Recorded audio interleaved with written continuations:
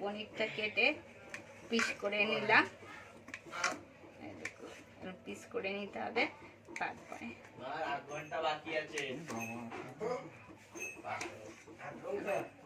কেটে নিলাম।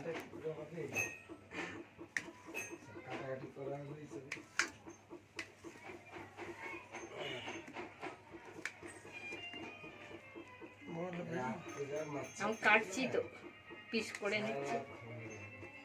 আধা কিলো, পাও কিলো পনির, 250 পনির।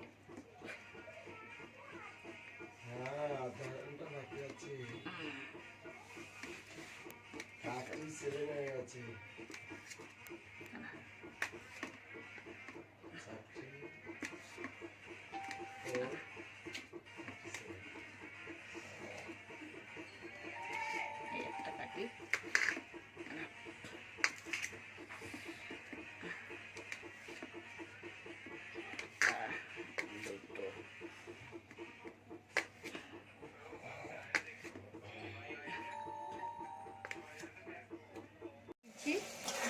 ভাজা হয়ে গেলে তুলে নেবো, লাল লাল করে ভাজবো। ভাজা হোক লাল লাল করে।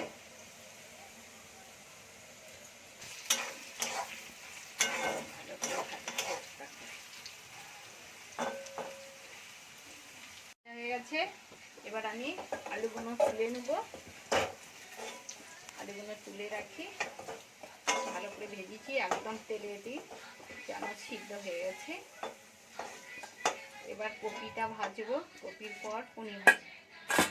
এবার কপিটা ভাজবো, এটা কপি দিয়ে দিলাম।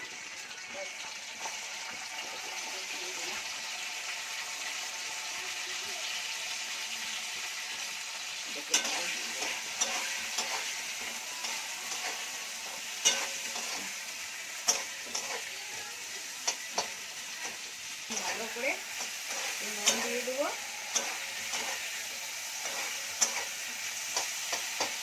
ঠিক আছে,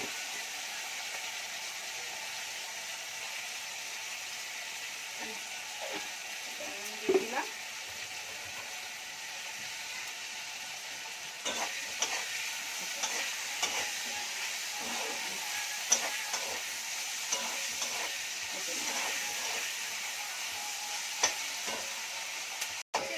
না ভাজা হলে আবার সিদ্ধ হবে না, না কপিটা ভালো করে ভাজতে হবে।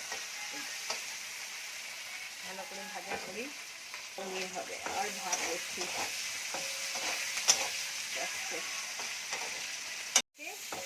এবার আমি তুলে নেবো, কপিগুলো ভাজা হয়ে গেছে, তুলে নিচ্ছি।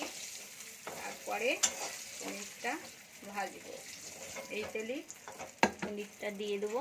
এই পনির কেটে পিস পিস করে রেখে দিয়েছি। এবার একটু হালকা তেলে ভেজে নেবো, তাহলে এই টক ভাবটা চলে যায়। বেশি ভাজবো না, হালকা করে ভাজবো।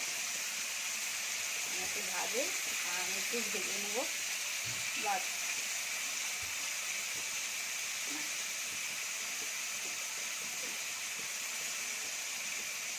এটা ভেজে নেবো।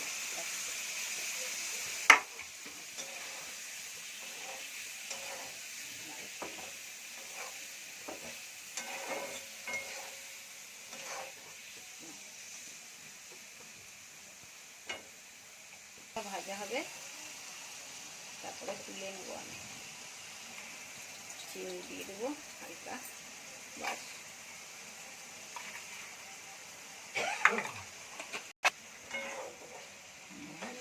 ভাজা হোক, একটু ভেঙে যাচ্ছে পনিরটা, সেরকম ভালো না অতটা, তাহলে ভেঙে যাচ্ছে।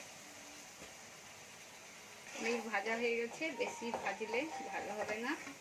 অল্প চিনি দিয়ে ভেজে তুলে নিলাম। একটু চিনি দিয়েছি, ওই জন্য টক ভাবটা চলে যাবে। যে টকটা থাকবে না পনিরে, টকটা চলে যাবে। এরপরে একটা একটা করে ভেজে তুলে নিলাম। তারপরে মশলা দিয়ে লাস্টে দেবো। সব ভাজি যখন সিদ্ধ হয়ে যাবে, তখন পনিরটা দিয়ে 5 মিনিট আগে দিয়ে নামিয়ে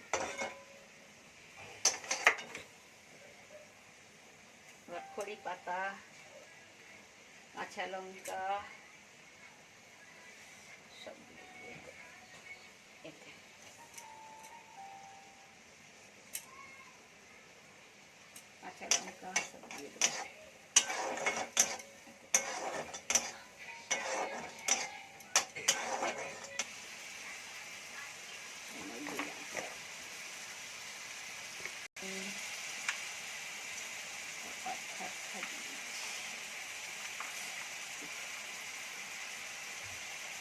লবঙ্গ,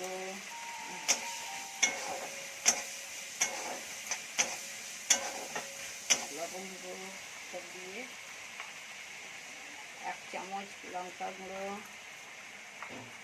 1 চামচ হলদি গুঁড়ো, এটা ধনে আখা ধনে পাউডার, আদার পাউডার, আদা দিয়ে দিয়েছি, রেখে দিই মশলাটা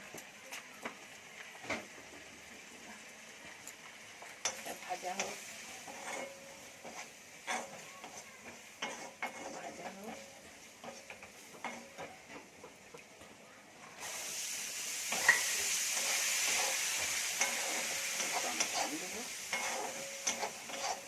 টমেটোটা এখন ছুলতে হবে, কপি কপি দিয়ে কষা হোক টমেটো। আজকে তো পেঁয়াজ রসুন দেবো না, বেশ আদা ছোলা একটা